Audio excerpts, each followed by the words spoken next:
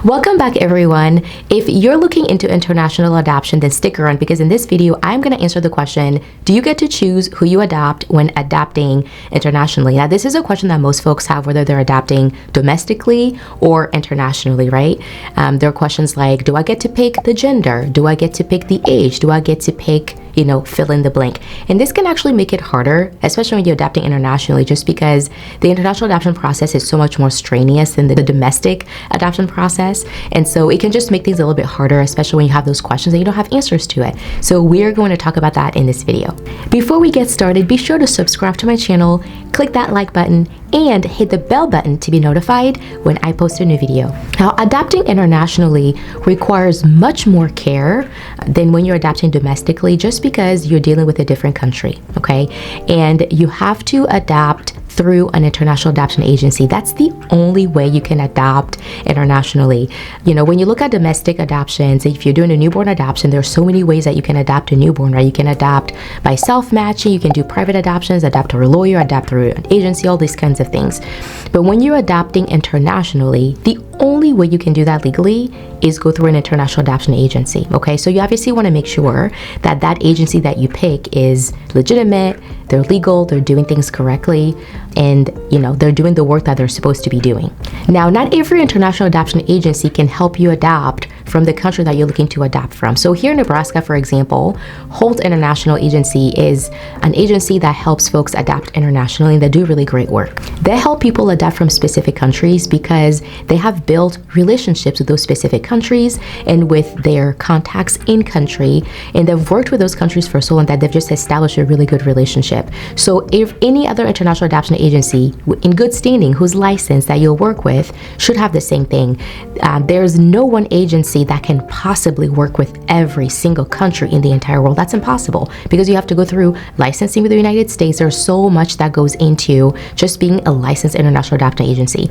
So that's why most agencies just pick a few countries that they work with, maybe in Europe, maybe in Africa, maybe in Asia, or maybe like a few on each continent, and they just build those relationships, and they really work at sticking with those countries, doing the best that they can, and really getting a good relationship going with those agencies and those countries. Now, all of this is important because your international adoption agency cannot usually tell you what child you're adopting. Okay, so let's use an example to kind of illustrate this. Let's say you want to adopt from Haiti, okay?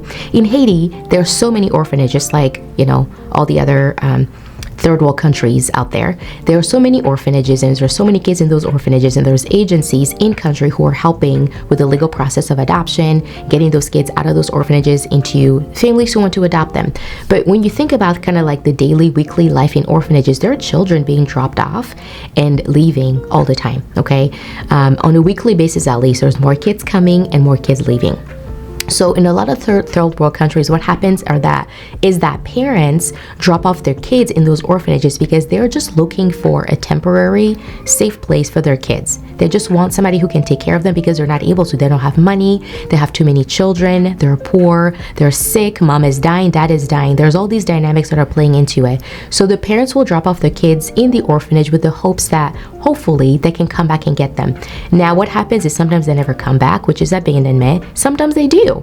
My husband and I work with an agency in an African country where there are parents that have come back for their kids, and so, like I said, it's not always that these parents drop off their kids just to abandon them. They usually do it because they just can't afford to care for them. So when you just kind of think about that dynamic, it'll be really hard for any one orphanage to always kind of have like a steady running list of kids who have been there, just because the kids are coming in and out. And so that's why I say that your agency cannot tell you who you're going to adopt right away, because they're going to need to talk to that country and get kind of like an updated list of how many kids are there, who is able to be adopted, etc. So when you walk into that adoption agency and you say, I want to adopt a 3 to 6 month old baby girl with no special needs from Haiti, they may, kind of look at you like, okay, we'll do the best we can, but we cannot give you any guarantees, okay? So that's why you'll find that a lot of times, if you go through an agency and you're trying to figure out like, do I get to choose the sex? Do I get to choose this? And do I get to choose that? They may not able to give you a lot of answers, but you'll get more answers as you go through the process most of the time. So once you start the process, let's say you pick the country, like Haiti, you're saying for sure this is the country I want to adopt from. You pick the agency that's right, that you feel good about, that's licensed and all that kind of thing. You start the process, you do the dossier, you get everything approved, and Haiti approves you to adopt, the United States approves you to adopt, you're all good to go. At that point, Haiti will probably send you a list of, or whatever orphanage that your agency works with will send you a list of kids that are available to be adopted, so that you can actually get to see faces, medical files, and things like that. And then at that point, you can make your decision. Okay, we really want to adopt this kid. We really want to adopt that kid. But it's not something where you just kind of go and kind of like pick and choose what you want. You don't. When it comes to international adoption, it's really more like they'll tell you what they have available, and then you can pick which ones you want to adopt. It's kind of different than newborn adoption, because it seems like with newborn adoption, there's this mindset that you can kind of shop around, even though children are not things to buy, and things are kind of people are usually thinking like, oh, well, can I just want to adopt a baby girl? I mean, the mom doesn't even get to choose the sex of the baby inside of her. And so I think it's kind of just not the right questions to ask sometimes, to say, do I want to adopt a specific sex? I understand the desire to want to adopt a specific sex. Let's say you have 4 boys. You're like, gosh, I just want a baby girl. I get that. In our house, we have 3 boys, and I'd love to adopt a baby girl. But it doesn't work like that when it comes to adoption. You don't get to just kind of pick and choose. You can pick and choose, like I said, again, when you have a list. So let's go back to what we were talking about before. All right. So once you do the dossier and the country sends you the list, you can pick the child that you want.